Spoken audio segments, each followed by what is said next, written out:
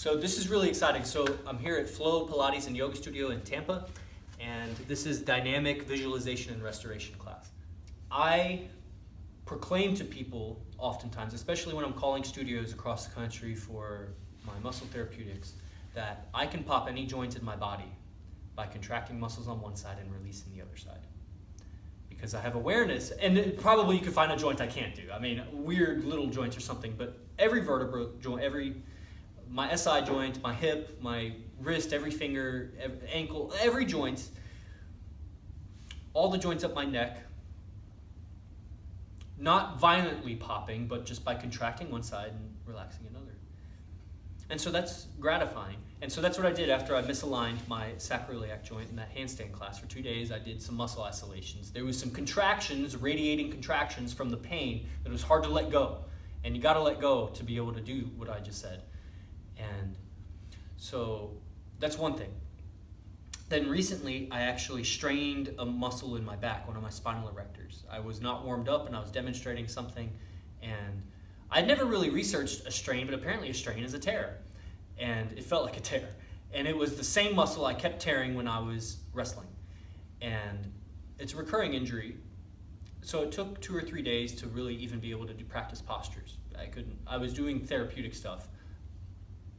But what immediately happened is there's a lot of tension being carried around that pain. And even when the pain is gone, the tension, the residue of it remains. Or vice versa, you have a shell of tension that's protecting the pain.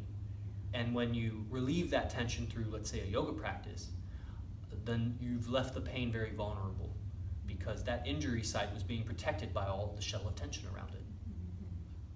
So both really need to be addressed simultaneously, the injury and the tension. That's why I'm not a big fan of the chiropractor. Pops it back into place, but what did it do about the tension that pulled it out of place? But I have needed a chiropractor twice because I couldn't pop it back into place on my own. There was too much pain, it was gripping, I just couldn't release. I had to have somebody mechanically do it, and then I went and did my therapy practice. I didn't just stop there. So that's how I would use a chiropractor. They're needed sometimes. I need a surgeon sometimes. You can't fix everything with Ayurveda. And the third thing I wanted to say is this word alignment. Angie's heard this. I love word magic, and pure word magic is because it comes from etymological roots. And like the word yoga is ancient. The word brother is ancient. One of the most ancient words on earth is brother. You can find it in almost every language, Indo-European language, something that sounds similar to brother, and it means brother. And so those sounds carry a lot of neurology with them. And alignment doesn't, but you can play with the word alignment. Alignment. Alignmente. Mente, when you add ment, like government, ment means mind. Mente in Latin is mind. Align in the mind. Alignment. And so you can have alignment even though your body's not strictly in a line. I could be in some weird shape and have alignment. How can I have a line when I'm in a bent shape? Because it's in the mind. And what is mind is prana. Mind is prana. Prana is chitta. They're two sides of the same coin. So the energy line feels like a line, even though in 3 dimensions you're not in a line. In some other dimension you're in a line. In the mind dimension, whatever that is. Some say that's the 5th dimension.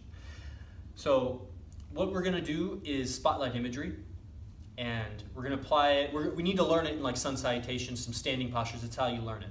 And so we'll do some of that in the beginning, and then we're going to find some restorative postures. To me, the number one most restorative posture is shoulder stand. So we're going to put a whole bunch of blankets under our shoulders, do some shoulder stand, what I call running through the spotlights. So you have 8 datums in the body, and it'll just be datum 1, 2 in your mind. You'll skip from the ankle to the shin, to the hip, and then back down, and then back up, and back down, back up. And you keep running through your spotlights, clarifying 360 the joint space, because that's what the imagery is a spotlight, that the whole knee, 360, the whole talus bone, 360. And so you'll bring alignment, 360, alignmente, 360 throughout the body. And with practice and iterations, because just because you have the desire to play the guitar doesn't mean you coordinate the fingers appropriately the first time you try. It takes iterations.